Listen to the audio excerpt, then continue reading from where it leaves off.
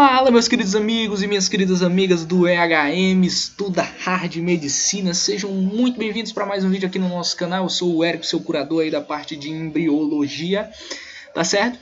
E vamos agora para mais uma aulinha aqui, extraindo o néctar da embriologia, tá certo? Vamos trabalhar a segunda semana do desenvolvimento, tá certo? Estamos chegando na temida terceira semana, que é a semana que tem muita coisa acontecendo. Na segunda semana também vai ter muita coisa, mas a gente vai dar para entender de uma forma bem tranquila, tá certo? Não é uma semana que você vai ter que ter grandes preocupações ainda. Eu acho que a mais complicada é a terceira, sem dúvidas alguma, tá certo? Mas de um modo geral, você vai conseguir, assim como eu também consegui, tá certo? Entender tudo isso aqui, tá? Então vamos lá, sem mais delongas, vamos iniciar a nossa brincadeira, tá certo? Primeiro de tudo, pessoal, quem é que está fazendo que o blastocisto entre no endométrio? É o cincisto trofoblasto, né? É o cincisto trofoblasto que vai estar invadindo o endométrio, tá? De modo que o blastocisto vai ficar totalmente dentro do tecido, tá? Enquanto o blastocisto vai entrando dentro do endométrio, graças à ação do cincisto trofoblasto, surge aqui, olha que interessante, uma pequena cavidade aqui na parte do embrioblasto. Essa pequena cavidade que está surgindo aqui, pessoal, é a cavidade amniótica. E essa cavidade amniótica vai diferenciar dois tipos de células: os embrioblastos, tá? Perdão, embrioblastos não, os amnioblastos, tá? E o epiblasto, que seria essa parte de células azuis aqui mais abaixo. E aí a gente já tem a formação do epiblasto e do hipoblasto, e vão formar o disco bilaminar, disco germinativo bilaminar, que já a gente fala sobre ele de uma forma mais tranquila. Aqui a gente ainda tem o citotrofoblasto, tá certo? O citotrofoblasto, tá? E o cincício trofoblasto lá invadindo a célula. Aqui também, né, ainda é cavidade blastocística, perfeito? Como eu já havia dito. Beleza? Essa entrada do cincício trofoblasto no endométrio, ela é intermediada por enzimas que são produzidas no próprio cincício trofoblasto, tá? Várias células endometriais entram em apoptose e são englobadas por esse próprio cincício, haja vista que formam uma importante fonte de nutrientes, tá certo? Uma importante fonte aí de nutrientes para essas células que estão surgindo, né? Epiblasto, hipoblasto, para o próprio citotrofoblasto, para o próprio cincício trofoblasto, tá? E por aí vai, tá certo? Após o fim da implantação, uma rede de fibrina é formada para fechar o epitélio do endométrio. Perceba que o cincício trofoblasto vai entrando, o blastocisto também, só que aqui a gente tem a membrana do epitélio, do epitélio endometrial, tá? E esse epitélio endometrial ele vai ter que ser fechado, ele não vai poder ficar aberto. Então vai se formar uma rede de fibrina que vai coagular, tá, esse espaço aqui, que a gente consegue visualizar aqui já nas próximas imagens. Nessa aqui ainda não vai dar para ver direitinho não. Por volta do 8º dia após a fecundação, o concepto passa por um processo de diferenciação nas células do embrioblasto, surgindo então o epiblasto, que junto com o hipoblasto forma o disco bilaminar. Então aqui a gente já tem o disco bilaminar, que é o epiblasto e o hipoblasto. Perceba que as células do embrioblasto é que sofrem diferenciação para formar o epiblasto, tá certo? Concomitante a esse processo, ou seja, ao mesmo tempo, surge uma pequena cavidade nas células do embrioblasto que vai passar a ser chamada de cavidade amniótica, como eu já havia dito, sendo revestida por células chamadas de amnioblastos que juntos vão formar o âmnio. Então é como se fosse assim. Lá no tubo neural, na formação do tubo neural, a gente vai ver que vai ter uma placa neural, que vai ser formada sobre o epiblasto. E aí eu tô adiantando conteúdos, mas é para que a gente entenda o conceito. Vai ser formado sobre o epiblasto. Porém, as células do epiblasto que em cima vão ter a placa neural vão ser chamadas de neuroectoderma, né? Porque o epiblasto vai se diferenciar no ectoderma. Mas não se preocupa com isso, que a gente só vai ver na terceira semana. Fato é que essas célulazinhas aqui, são amnioblastos. Só que o conjunto desses amnioblastos forma o que nós chamamos de âmnio, tá certo? Então o conjunto, na maioria das vezes, é que vai ser o importante para a gente. Então nesse caso aqui a gente tem os amnioblastos, mas o conjunto dos amnioblastos é o âmnio. Aqui a gente tem o epiblasto e o hipoblasto, perfeito? Então aqui nessa imagem a gente já tem o que eu queria mostrar. Perceba que aqui há um coágulo de fibrina, né? Coágulo de fibrina que fechou aqui o endométrio, o epitélio endometrial, tá certo? Quando o blastocisto está totalmente dentro do endométrio, a cavidade blastocística ela muda de nome, ela passa a se chamar cavidade exocelômica, tá? Cavidade exocelômica. Perfeito? Cavidade exocelômica. Aqui a gente tem a cavidade amniótica, o epiblasto, o hipoblasto, o citotrofoblasto. Aqui em amarelo a gente tem a membrana exocelômica, tá certo? Lembrando que ambas as duas cavidades são preenchidas por um líquido amorfo, tá? E a grande sacada desse momento aqui, que vai ocorrer lá por volta do 9º, 10º dia, tá? É que vai se formar o que nós chamamos de redes lacunares, tá? No sincício trofoblasto. Essas lacunas aqui, ó, vai chegar um momento em que o sincício ele vai atingir esses capilares aqui, ó, sanguíneos do tecido endometrial. Esses capilares sanguíneos vão romper e essas lacunas vão ser preenchidas pelo sangue materno. E a partir daí o sangue materno ele vai começar a nutrir essas células aqui, ó, citotrofoblasto, epiblasto, aminoblastos, membrana exocelômica, hipoblasto, por aí vai. Tá certo? Então, o que foi que eu coloquei aqui para vocês? Ó, por volta do 9º, 10º dia, o blastocisto é completamente implantado e o tecido endometrial é fechado por meio de uma rede de fibrinas. O que antes era a cavidade blastocística, neste momento passa a se chamar de cavidade exocelômica ou saco vitelínico primitivo. Importante lembrar desse nome, saco vitelínico primitivo. Tá certo? Nesse estágio, formam-se diversas lacunas no sincício trofoblasto. Essas lacunas darão origem, mais tarde, aos sinusoides, que serão responsáveis por nutrir as células em desenvolvimento. Sinusoides, pessoal, são capilares mais, como é que eu posso dizer, maiores. São capilares maiores, tá certo? Que vão nutrir aí o blastocisto, tá certo? Então, olha lá. Nesse momento aqui, ó, um momento muito legal. Por volta do 11º, 12º dia, o sincício trofoblasto ele vai romper esses capilares do tecido endometrial, fazendo com que esse sangue adentre, o sangue materno, adentre na rede lacunar, formando sinusoides. Esses sinusoides serão responsáveis pela circulação uteroplacentária mãe-embrião, tá? Entre o citotrofoblasto e a membrana da cavidade exocelômica, então, o que é que eu estou falando? Estou falando entre o citotrofoblasto e a membrana aqui, ó, da cavidade exocelômica, ou saco vitelínico primitivo, vai surgir o que nós chamamos de mesoderma extraembrionário, tá? Por quê? Porque ele está fora do embrião, ó, está fora do embrião. Posteriormente vai surgir o mesoderma embrionário aqui, ó, mas só mais para frente na 3ª semana, tá? Esse mesoderma extraembrionário ele vai ser dividido em duas partes. O mesoderma somático, que vai ser formado pelo citotrofoblasto mais o amnion, tá? Aliás, onde o mesoderma vai tocar aqui, ó, o citotrofoblasto e o amnion, a gente chama ele de mesoderma somático. Onde ele vai tocar o citotrofoblasto e o saco vitelínico aqui embaixo, ó, a gente chama de esplâncnico. Então aqui é o mesoderma somático, que está tocando o amnion, e aqui é o mesoderma esplâncnico, que está tocando o saco vitelínico. Perfeito? Durante o processo de entrada do blastocisto no endométrio, várias células ficam pálidas e aumento de volume, acumulação de glicogênio e lipídio, e dá-se essa reação o nome de reação residual. Era o nome que eu estava tentando lembrar na aula passada, tá certo? Então o nome dessa reação é reação residual, tá? Isso ocorre antes. Essas células cheias de glicogênio e lipídios vão ser importantes para nutrir, tá? Essas células aqui, ó, citotrofoblasto, aminoblastos, etc, etc, etc. Mas antes da formação dos sinusoides, das redes aqui na rede lacunar.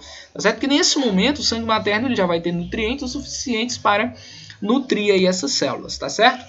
Bom, vamos lá. Por volta do 13º dia, então perceba que a gente está em uma sequência lógica.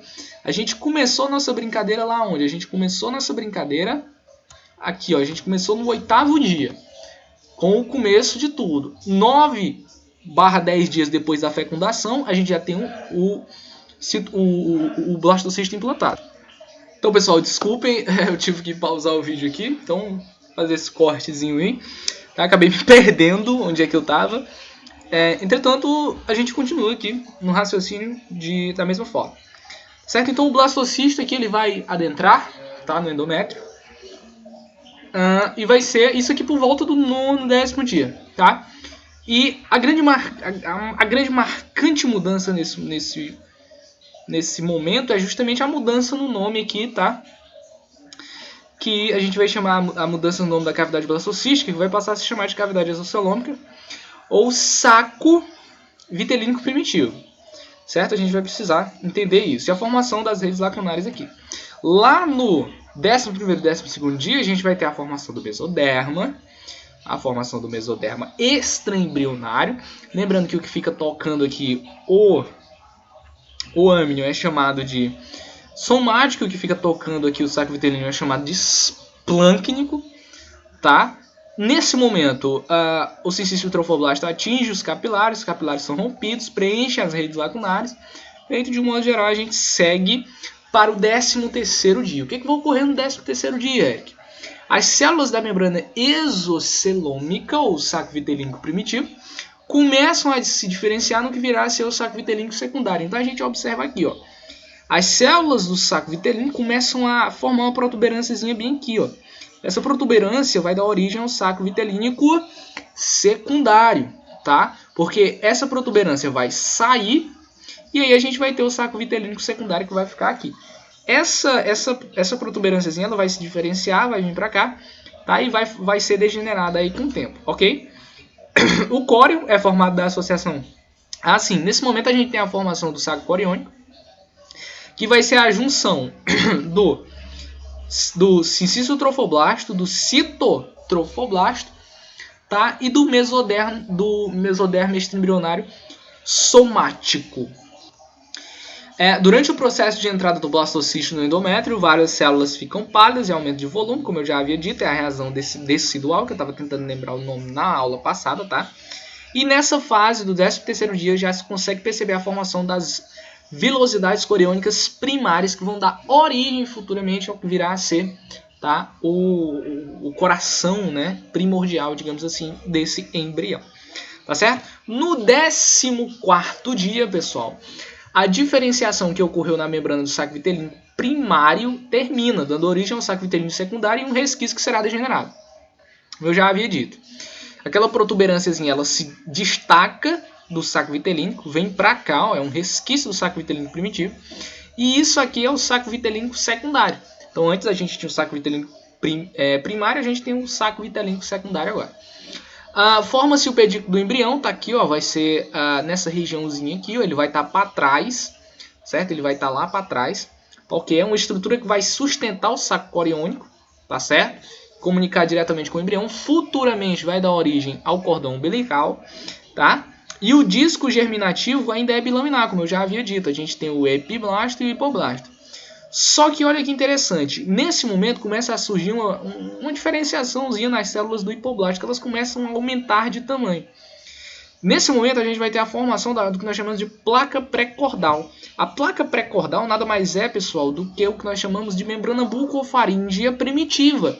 Então se é uma membrana bucofaríngea, nessa parte aqui do disco bilaminar, a gente vai ter futuramente o que virá a ser justamente a cabeça do embrião. Então aqui vai se formar o processo cefálico, né? Formação do encéfalo aí deste embrião, tá certo? Com a formação da placa pré-cordal já podemos afirmar que aquela região será a parte superior do embrião, onde surgirá a cabeça, etc, o encéfalo e por aí vai, tá certo? E obviamente a extremidade oposta, aqui vai se formar a cabeça, e a extremidade oposta é justamente a extremidade do que virá a ser a membrana cloacal, que a gente vai falar mais na frente, que vai dar origem ao ânus e etc. Ok? Bom, olha que interessante, a gente precisa falar sobre o sítio de implantação do blastocisto. Onde é que o blastocisto ele vai se implantar, Eric? Bem aqui, ó, onde esse xizinho vai estar marcado aqui, ó. Ele tem que se implantar bem aqui. Se não for aí, vai dar problema futuramente. Em todos esses locais aqui, ó, destacados, pode haver implantação do blastocisto. Ele pode se implantar logo aqui, ele pode se implantar dentro do ovário, pode se implantar aqui, aqui, aqui, aqui, aqui, aqui, aqui e aqui. O correto é onde, Eric? Aqui, tá certo? É bem aqui onde está marcado esse xizinho aqui. Se ele se implantar em qualquer um desses outros locais aqui, ele vai ter problemas, tá certo? Como por exemplo, aqui a gente tem, ó, um embrião, tá? Um blastocisto que foi implantado dentro da tuba uterina. Um caso aqui que pode ser qualquer um desses daqui, ó, tá? qualquer um desses aqui que estão representados aqui. Ele se implantou dentro da tuba uterina, pessoal. Então tá aqui, ó. Essa tuba uterina, obviamente, tem que ser retirada, né? Para que a mulher possa não vir a ter nenhum tipo de problema futuro, né? Por conta dessa implantação do blastocisto nessa região, tá certo? Perceba aqui que ele já estava até, ó. Essa aqui seria a imagem do embrião já aí por volta da 4ª semana, né? 4ª semana de desenvolvimento embrionário. Aqui é uma imagem de uma salpingostomia, onde a gente tem aqui, ó, um embrião ectópico, né? Isso aqui é na tuba uterina, ó. Tuba uterina, perceba que ela está bem inchada, porque justamente bem aqui tem um embrião em desenvolvimento, né? Na tuba uterina. Perceba que o útero está aqui, ó.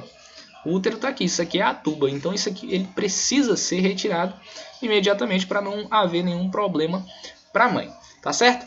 Pessoal, vamos falar aqui rapidamente da neoplasia trofoblástica gestacional. O que é essa neoplasia trofoblástica gestacional? É um problema que pode ocorrer, tá, na formação gestacional do embrião. Por quê? Porque não há, pessoal, como é que eu posso dizer, o pronúcleo feminino na fecundação. Lembra lá da fecundação? Onde a gente tinha lá o pronúcleo masculino, o pronúcleo feminino, caioteca seria degenerada, etc. Aí esse material genético seria alinhado aos polos, depois seria alinhada a linha equatorial da célula para que houvesse aí a formação dos cromossomos. Então, se não houver cromossomos provenientes da mãe, se for só do pai, a gente vai ter esse problema da neoplasia trofoblástica gestacional. Isso aqui é um grande problema, pessoal. Perceba aqui nas imagens, ó, tá? A formação de embriões que nós chamamos de embriões idatiformes, tá? Perceba que aqui, ó, a parte do trofoblasto, ela é sempre uma parte muito grande. Ela se desenvolve demais da conta do que era para se desenvolver, tá? Essa neoplasia trofoblástica gestacional é o que comprova pra gente que o trofoblasto ele vai estar mais relacionado com cromossomos paternos do que com cromossomos maternos, tá certo? E isso aqui, quando ocorre, precisa ser diagnosticado com rapidez, tá certo? Para que não haja problemas para a mulher, tá certo? Com isso a gente finaliza, tá? Aqui a nossa brincadeirinha, tá certo? Da 2ª semana de desenvolvimento embrionário. Vamos entrar já na 3ª semana de desenvolvimento embrionário. Perfeito?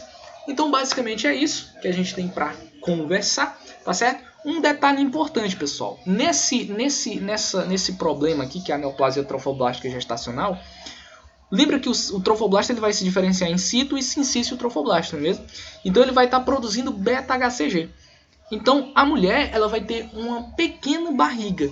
Ela vai ter meio que tipo uma barrigazinha, parece barriga d'água, mas não é verme. É justamente um embrião que vai estar se desenvolvendo, só que nessas condições aqui, ó, dessa figura 2 aqui, tá? Com uma neoplasia trofoblástica, tá certo? E isso aqui pode ser verificado por intermédio de exames, tá? E por conta justamente como é que eu posso dizer, essas características, né, que vão ocorrer de gravidez. Porque a mulher vai produzir o beta-HCG, etc. Tá? Por conta do aliás, não a mulher, mas o sincício trofoblasto vai produzir o beta-HCG e a presença do beta-HCG pode ser verificada por intermédio de exames, tá certo? E se for um caso desse aqui, tá, tem que ser retirado imediatamente para não haver problemas com essa mulher, tá certo? Então é isso, vamos entrar na 3ª semana de desenvolvimento embrionário, tá certo?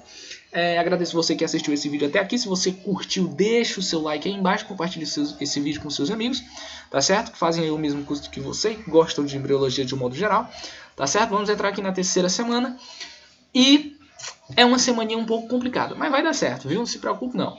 E é isso, pessoal. Muito obrigado e até um próximo encontro. Tchau, tchau.